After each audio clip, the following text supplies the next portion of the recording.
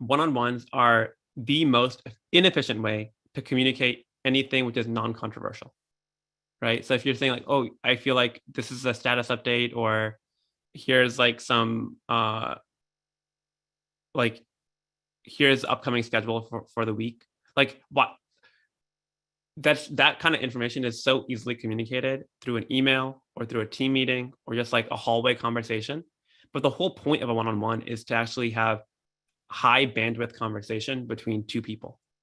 And so as a result of that, you should really focus your time in the one-on-one on things that are deeper, more emotional, and things that you might be actually uncomfortable discussing.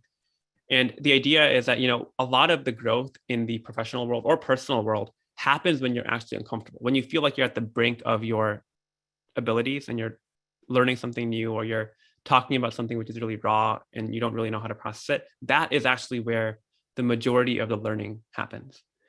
And so examples of things that I try and inject in almost every single one-on-one, especially when I've developed a relationship with that person, is number one, feedback to improve. So it's like, and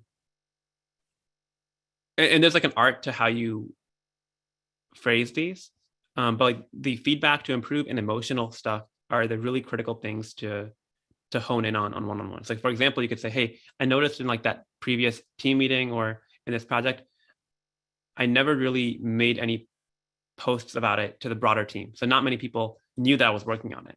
And I feel like that was a gap. What do you think? Like, can you tell me how I can improve?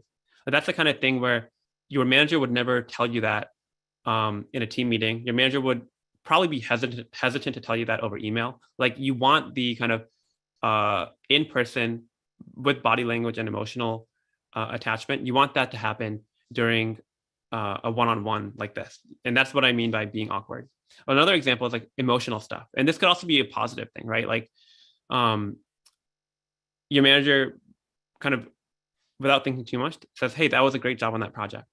And if that turns out to be like a really powerful thing for you, then you should share that and say, hey, like, you probably didn't think much of it, but when you told me that I did a great job on that project, that meant a lot. And I actually told my wife, and it was like the highlight of my whole week.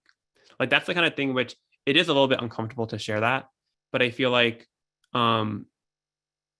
it shows a level of trust and vulnerability that makes harder conversations much easier, much more easy to have.